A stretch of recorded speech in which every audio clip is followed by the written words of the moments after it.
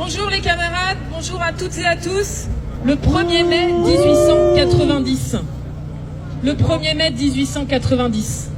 Les ouvriers de Fourmies sont en grève. La troupe tire. La troupe tue 9 ouvriers, ouvrières, dont 3 enfants. 35 blessés. À Chicago, pareil. À Chicago, les Américains sont en grève. 370 000 grévistes l'année auparavant. 3 ouvriers de Chicago sont assassinés.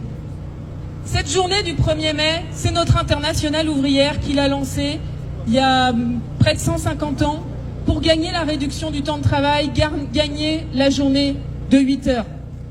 Cette journée du 1er mai, elle a été arrachée par la lutte, par le sang, par les larmes des ouvriers et des ouvrières.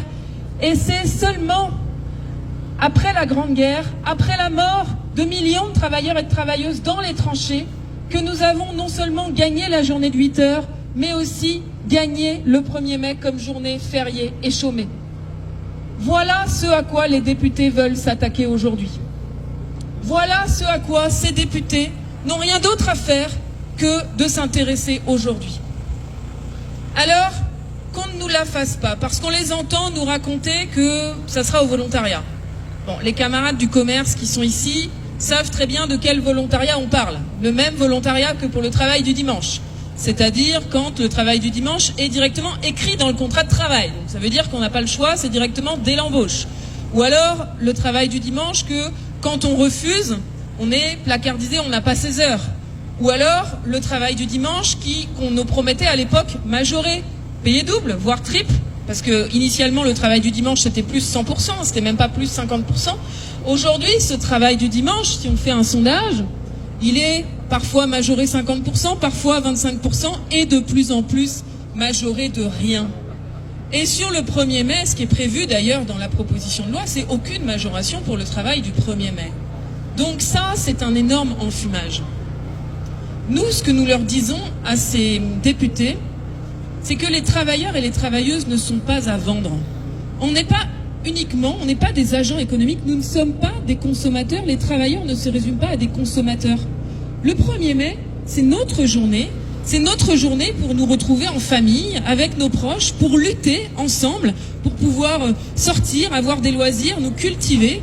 Et c'est une journée où, oui, on ne peut pas beaucoup consommer. Mais je pense que ça ne tue personne, un jour par an, de ne pas pouvoir consommer. Ça permet de faire plein d'autres choses et ça évite que des travailleurs et des travailleuses soient obligés de laisser leur famille pour aller encore une fois se tuer à la tâche. Mais je rassure une chose, à tous les patrons qui nous expliquent qu'il faut travailler le 1er mai. Le 1er mai, les patrons peuvent travailler.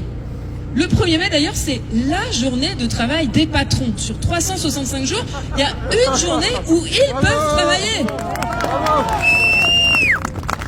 Et c'est la journée de repos des travailleurs et des travailleuses. Alors, mesdames et messieurs les députés, nous ne vous laisserons pas nous voler notre journée du 1er mai. Bravo! Oui! Cette proposition de loi, on le sait, c'est la proposition de loi des grands groupes. C'est la proposition de loi Interflora, Leclerc, Fnac, par exemple, qui ne peuvent pas aujourd'hui ouvrir le 1er mai et qui, si cette proposition de loi était votée, pourraient ouvrir et pourraient ainsi faire concurrence à tous les petits commerces qui, eux, peuvent ouvrir grâce justement au travail du patron. Cette proposition de loi, si elle était adoptée, ça serait au moins, selon les chiffrages du ministère du Travail, 1,6 million de travailleurs et de travailleuses supplémentaires qui seraient obligés de travailler le 1er mai. Et ça n'est qu'un début, parce qu'on les connaît. On sait que quand ils prennent le doigt, derrière c'est pour avoir le bras. C'est une brèche qu'ils veulent ouvrir dans notre droit, dans nos droits, pour nous imposer de travailler partout, tout le temps, en étant de moins en moins payés. Eh bien, nous ne nous ferons pas avoir, c'est pour ça qu'on est là aujourd'hui. On les regarde, on les surveille, ça se payera.